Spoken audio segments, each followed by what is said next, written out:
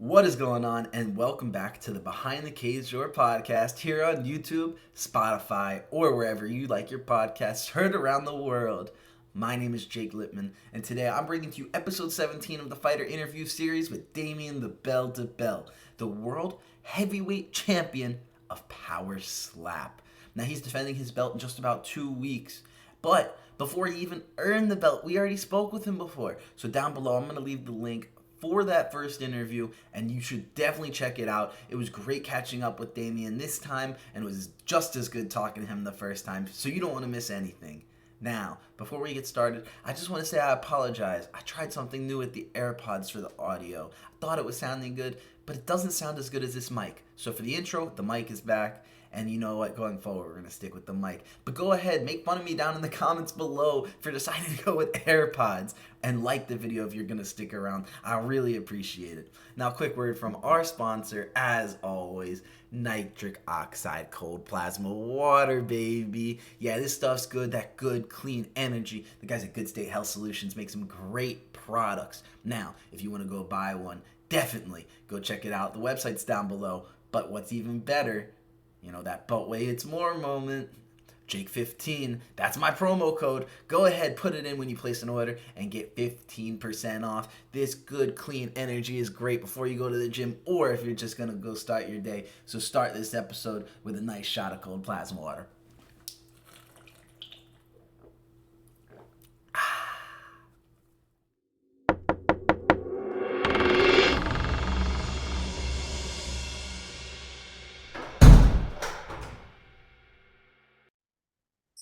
Welcome in to the Behind the Cage Door podcast. And today, as you know, we are back with Damien the Bell Dibbell, the heavyweight champion of Power Slap.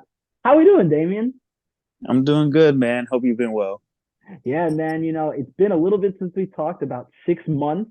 Last we spoke, you weren't even the champion yet. You hadn't had any Yeah. eye surgery. I mean, a lot's changed in only 6 months. I was just in college. Wow.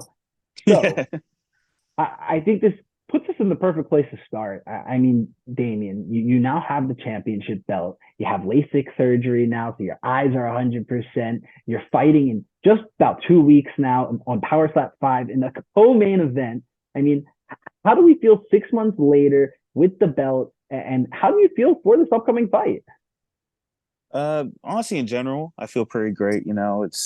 I got, I did everything I said I was going to do. I got my LASIK, I got my Mustang. I graduated too, so that was great. So Congrats. yeah, just thank you, man. Yeah, it's just been a journey, accomplishing pretty much every goal I've set so far. So now it's just going on to the next ones and keep moving forward, keep pushing. Yes, sir. And like I said, October 25th on Rumble, Power Slap 5, co-main event, probably the biggest card since the first one, maybe the biggest card they've had yet. And just for anybody that's watching now, make sure you go and check out the last interview we did. It's going to be down below in the comments, but we're going to talk about only new stuff. And last time we talked a lot about, your mindset going into the fight and what you wanted to have happen. Well, now it's Mhm. happened. Now the whole world of Power Slap has changed. Well, how have you seen the world of Power Slap change and evolve over this period of time? Honestly, over the last couple of months, I've definitely seen a lot more from the guys when it comes to getting serious with their training. A lot of the guys have quit their jobs, and this is what they mainly focus on. And there's a lot of technique and different strategies that have been implemented. Guys are talking about rule changes and how it could affect the game. Like it's become at the beginning, I would personally say it was professional, but we didn't have like real like hardcore professional fighters. Now we have those guys, and everyone stepped up to the plate and is really pushing the sport along. It's honestly amazing. That's awesome. I mean, to see what might have just been a little pet project of Dana White grow to the level it's been. I mean, now you have thousands of people around the world tuning in, watching. I mean, engaging in each individual post. It's crazy to see just the growth in the sport. And I know for one, I see the potential and where it's going to go from here. So nobody really cares what I've got to think. You're the heavyweight champion of this promotion. Where do you see it going in the next 6 months? Honestly, in the next 6 months, I see it probably going. it's probably going to just keep skyrocketing. We got this show, season 2 of Power Slap, whenever that gets announced and released. I'm excited to see that, who's on there. I really hope I'm on that TV show. Yes, it's more of like a focal point instead of, just assistant coach in the background, holding mids, helping people out, getting coffee and stuff like that. But I definitely see the sport growing exponentially over the next coming months, especially as these guys get better and stronger and we get bigger dudes coming in that are looking to really make a name for themselves in the sport. Oh yeah, and you're the champ now. No, ain't nobody asking you for coffee. That's for sure. Yeah, no, those days are long gone. And you did it quick. I mean, like me, you just graduated. You're working towards a degree. I know a little earlier you said a lot of guys have quit their jobs. Have you? Well, in a sense, I quit my job, but that was in order to find another job. So I quit moving furniture. Now I tried door to door sales. I just wanted to see what it was like. It was terrible. I now know why people hate it. Did that for like a week and a half. Uh, Now I'm working at a maintenance company, where I originally started because I got my HVAC certification before I even finished my associates. So I've been doing that for a while now. So I'm finally getting back into the swing of things, fixing stuff, helping out customers, all that great stuff. But really, I'm just been working, continuing to go towards my goals. I ain't with it. Personally, for me, I'll work out on my own time. Like that's side, but I need to keep making money. I get it. The bills gotta get paid somehow, and you are for sure one of the most hardworking people out there in the industry. And I can't believe that you're out there balancing, the full time job. Thankfully, you got school out of the rotation. Are you going back to school? I know you were hoping one day to be a lawyer. Yeah. Hopefully, right now it's looking like I'm gonna take my LSAT. Uh, I was planning to pay for it with my next check, just because I don't like seeing my bank account get below a certain number. But after my next fight, I was seeing the when I could schedule it. Hopefully, like late fall, early spring semester is when I'll take it. So it's definitely a goal for the near future. But it's right now just working hard trying to be able to afford it because I really, really don't want to get into debt going into school because you go into debt like hundreds of $1,000s of debt to go into school. It really cuts into how much your quality of life going forward. And I'm the type of person that I can't have debt build up and just have it sit there making minimum payments. I like to pay stuff off quickly because I just like to have that option to get out of that situation if I need to. Absolutely, and I totally get that. I mean, nobody wants to see, those bills stacking up and seeing those letters come in the mail with payments. And we know that you need that paycheck coming in soon.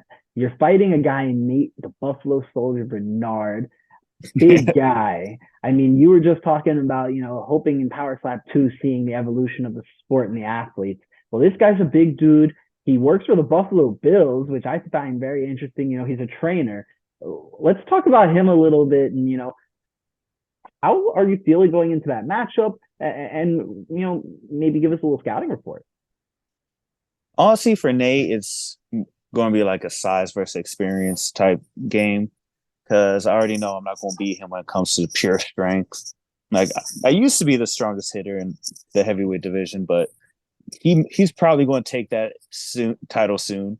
But I still have the experience, so it's really just going to be how he's been training, if he's been training the right things, and a really good match for me because I've been wanting to face someone bigger than myself to really see if I'm actually good at what I do. Because you never know until you beat someone that's 50 pounds heavier than you walking around.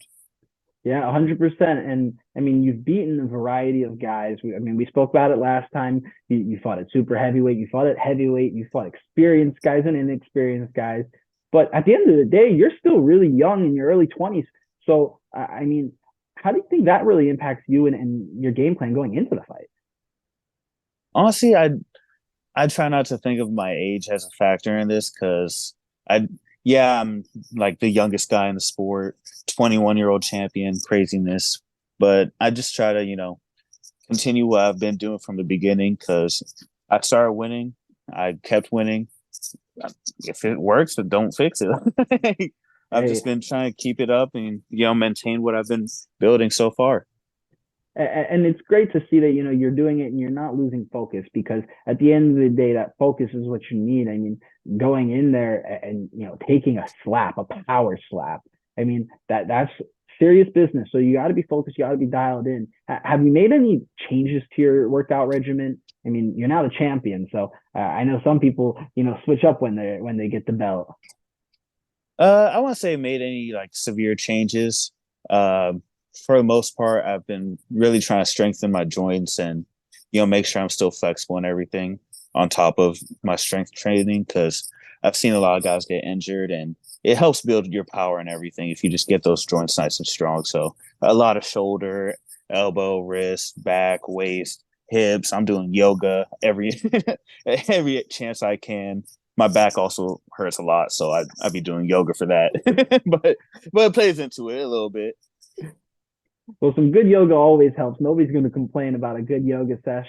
I mean, get it on the beach and it's even better. I mean, at the end of Oh the yeah. day, though, you've got to take care of your body and your mind. And so, how does having that eye surgery, how does that help you? Or does that release a burden that you used to carry? Uh, for the eye surgery, I think the only factors it really affects is my accuracy. Because honestly, after a while, you forget that you even wore glasses in the first place. But it's weird because sometimes you'll forget you wore glasses, and then other times you'll be like, "Where did my glasses go? What? Where are they at?" It's just that weird in between. But I just it's been a weird process trying get over that. But for the fight, I don't think it's really going to change anything for me except being able to really see where I'm landing my hits. And it's crazy because on Power Slap One, right after the show, you knocked Dwayne Crespo out. I mean, big time highlight KO, put him on the ground, and then in getting the belt, you went 5 rounds with Wolverine. I mean, everybody who's followed the sport knows that Wolverine, Ron Bata, he was the head coach in that season. You were his assistant coach. I mean, almost protege coach. The whole Yeah. narrative going on. And so, I mean, now looking at it, I mean, where do you feel? I mean, because now you just hunted and took down the top dog. So where do you feel you stand, and how do you feel about it? uh, Honestly, I feel like I'm just the placeholder for the heavyweight right now. Everyone's gunning for the title. Everyone's just like, "Oh yeah, give me that title shot. I'm gonna take that belt." I'm like, I feel like I just need to keep winning fights, try and make a name for myself. Just keep doing what I do and just collect my checks and keep moving because you can't be too bogged down on you know what people think and like who's the top dog in the sport or anything. You just gotta simplify it. Think about your fight, your next fight, how you did on your last fight to improve for your next fight, and just take it fight by fight by fight until you get the belt. And then once you get there, you just keep doing that, or else you'll lose sight of what you got. And we're not losing sight. If anything, the sight is only getting better. Yeah, Quite literally. quite literally getting better. But let's go back here. Excuse me. Let's look at your last fight. Can you give me a little bit of a breakdown? I mean, what did you see in yourself without the eye surgery in your last fight? Honestly, in that fight, I was quite surprised at how well I took his hits because Ron hits really, honestly, out of everybody I faced, I'd say he's hit the hardest. Like he hits like a truck. But the best thing I liked about my fight with him, the most that makes me the most proud, is when I actually got him to like sit down during the match because no one else has really been able to do that. No one's really sat down Wolverine, and to be like the first and only person to really do that, like if one of the few, I'm not sure if he has. From what I've heard, he hasn't been sat down before, but to I've be never like seen him go down. yeah, so to be that one person that sat down Ron, the dude known to have like the toughest chin in the sport, is like real like okay, I'm doing something here. Like I'm making progress. And I think you can really measure that because right after that fight, Ron went and got himself a belt down at light heavyweight. So, I Yep. mean, you now have that on your resume, and that's a credential that's going to go a long way. I mean, that was a fight that, if we go even further back, I mean, he went 27 rounds before. I mean, that's Yeah. something that's unheard of under the new rules of power slap. So the fact that you went 5 rounds and beat him, uh, that's something that you're going to be able to carry with you. Does that win? Last time you were talking about how there was, I think it was your third fight ever. That was your favorite win. Does this past one top that? Oh, most definitely. Forget all the knockouts, forget everything else. Being able to like cement myself as a one that beat Ron, that definitely takes the cake as my favorite fight so far. And Like that's that awesome, was, man. yeah, that was legendary in my opinion. Just for myself, that made me all warm and fuzzy on the inside. And it's not easy to get a big guy all warm and fuzzy on the inside. And you did it with a 5 round war. One that, if you haven't watched at home, go ahead, turn it on and watch, Oh yeah, because you're going to want to see that ahead of his co main event. I'm not really sure why you're not main event, but that's a different story for a different day. yeah, yeah. One I day, can't. one I day can say soon we'll get like, you back on the top. yeah, But that doesn't matter, because at the end of the day, you're co-main eventing the Power Slap 5. I mean, there were people out there that didn't even think Power Slap would get to 5 events. And now it's expanding. So we already talked about, where you think the sport's going to evolve, and looked at, where it is going in where it started. But for you personally, have you, I'm struggling to word this question. Have you ever like looked back on your time and said, this was the best decision I ever made? Like, have you looked back on this and like, just reflect on your experience, man? Like, oh yeah. That's no one's actually asked me this before, but yeah, looking back on it, it was like a spur of the like I was just sitting with my wife watching slap fight videos on YouTube, just a fan. Like I was a major fan. Like Frank, Ron, Darius, I watched them like from their early fights, like when they were fighting in bars and stuff. And then I was like, you know what? I'm trying to get into boxing anyways. I could slap somebody. Like, what's a slap? What's a slap? And then I signed up, and like thinking about it, like that one decision, that one YouTube video, like changed the entire trajectory of my life.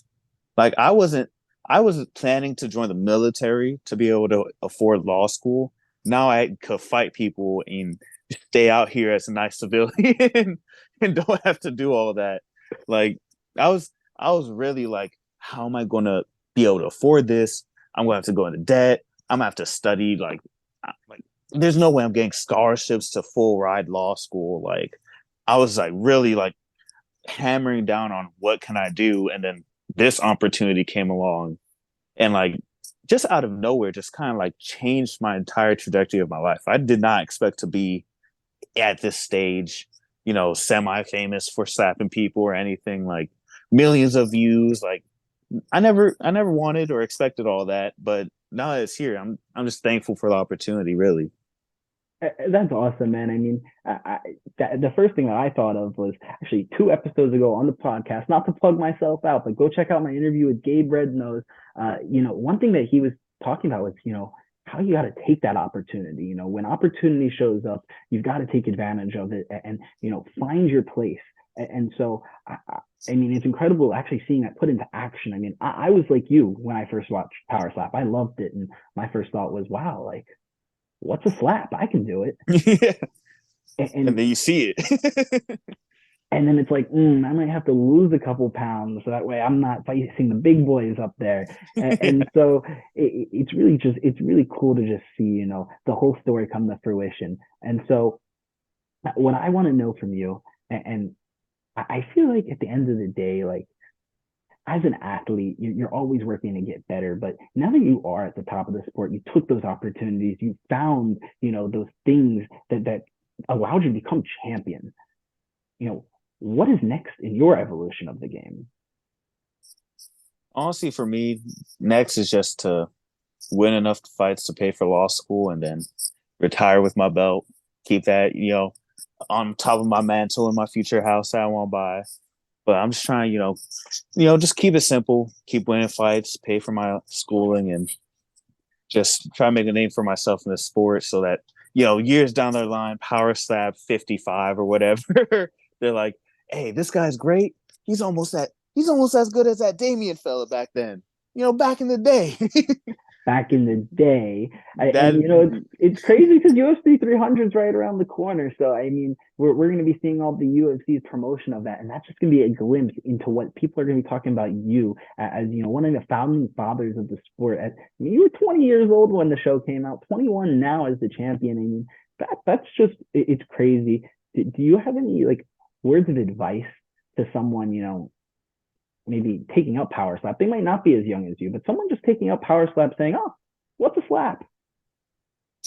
Honestly, my biggest advice if you want to get into the sport is just try it out. You'll never know until you get here.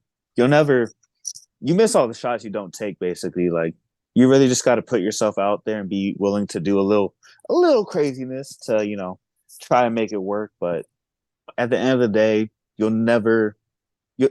at least for me, you'll never be satisfied unless you really know that you tried and gave it 100%, and that you did everything you could to take that opportunity and turn it into something more.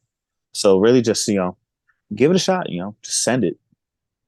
Send it. YOLO. You only live once.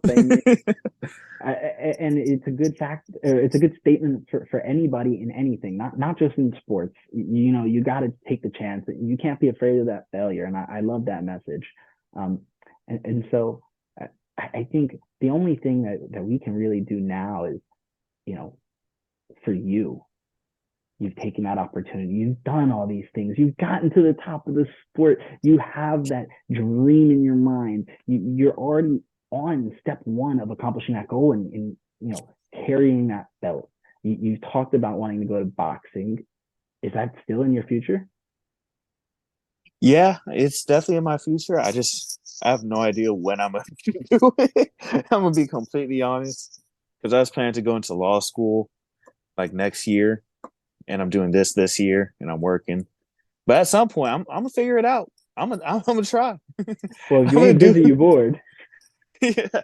Like if you got time to lean, you got time to clean type thing. Like, just find time and do it when I can.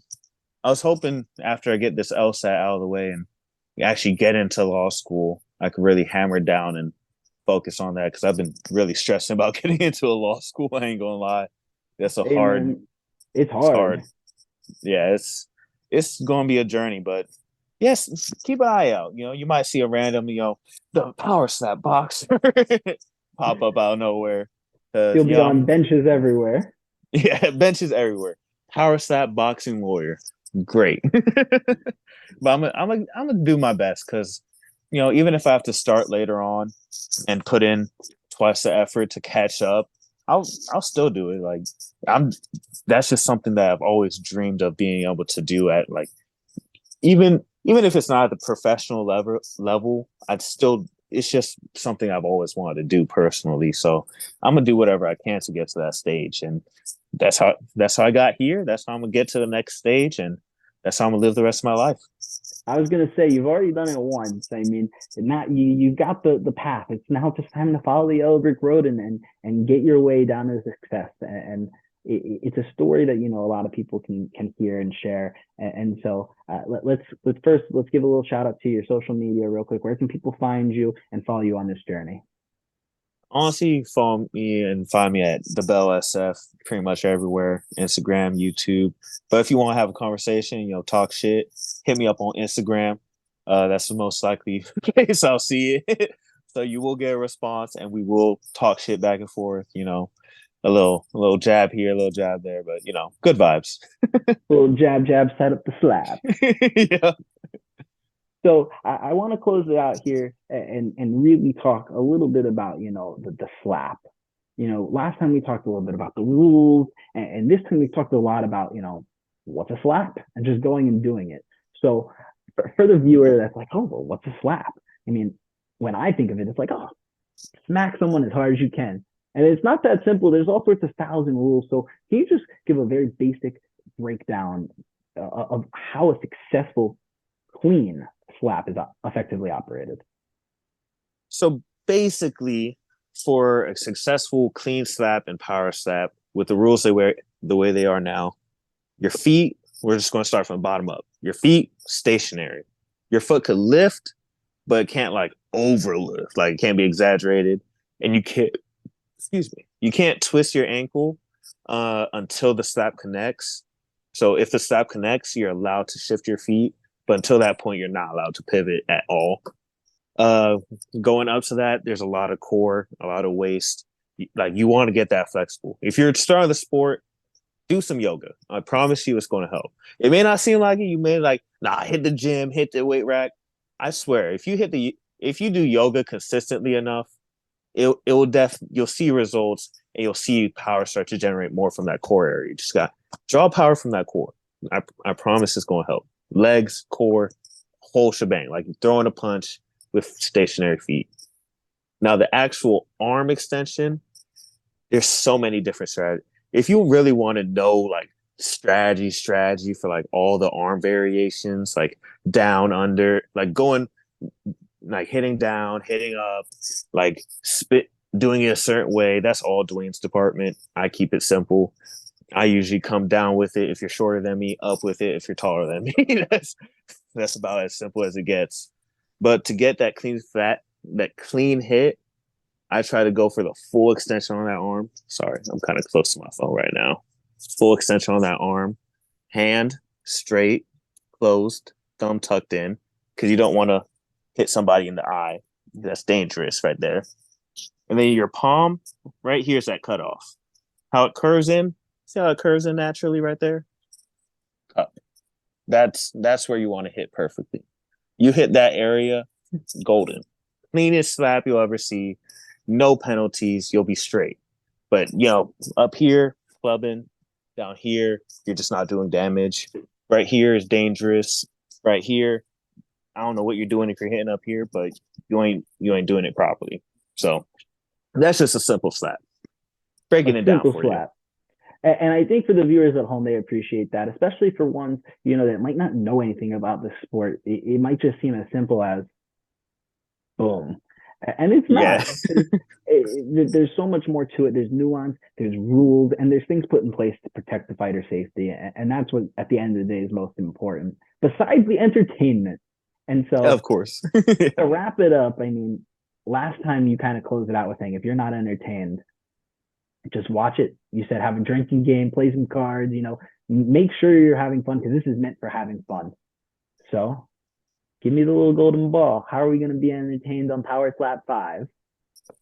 Bruh, come on. You already know. Come out, see your boy. It's going to be knockout central. We gonna go crazy. Somebody's getting knocked out. I don't know who, but it's going to be somebody. So you might as well. Who doesn't like seeing a knockout? You watch all those videos on Twitter of people fighting, nobody gets knocked out, never satisfied. Guaranteed knockout on Power Slap 5. I promise you. Every event there's a knockout. Guaranteed. Like, why not watch it? It's that simple. And it's live and free. Yeah. Best part, free. It's free entertainment. How can you not be? I swear to God, these people, man, just not unsatisfied. It's terrible. $3.99. Take it to the dollar store if you want. Exactly. So honestly, I don't see why people wouldn't watch it. I love watching it. I watch all the events back at least 2-3 times. And that's the heart of a champion right there. You gotta love what you do. You gotta be passionate. Yeah, it's fun. Like that's the reason I started the sport. That's the reason I'm still doing it. If it ain't fun, might as well just not do it. Like life's too short for all that. It's boring and terrible. Just do something else. It's that simple. Absolutely. There's so many things to do in this world. There's something that can be for you, and Power Slap is just the one for Damien Dibbell, co-main event of Power Slap number 5, October 25th, live and free on Rumble. Before we go, Damien, you got anything to close out with for us? I'm gonna get that dub. Just you watch. Yes, sir. Put your money on him. Back the house up, because you know he's coming for you. Or coming for Nate Bernard, not really for us. Hopefully not us. But that's all we got today. Damien, it's a pleasure to talk with you as always. I really appreciate you coming back on the show. I can't wait to talk to you again as the defending champion. It's been a pleasure. We're signing out. It's been great. Have a good one.